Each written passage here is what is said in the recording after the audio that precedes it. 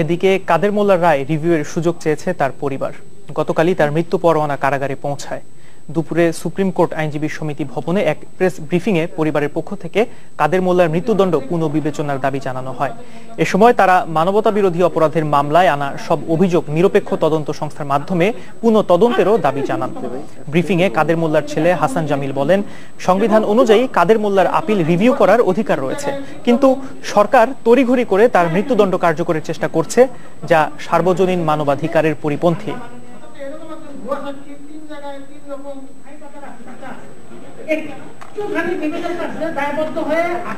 Jail কোর্টের বিধান অনুসরণ না করে তড়িঘড়ি করে মৃত্যুদণ্ড কার্যকর করার যে চেষ্টা করা হচ্ছে তা শুধু অবৈধ নয়, সার্বজনীন মানবাধিকারের ন্যূনতম ধারারও পরিপন্থী।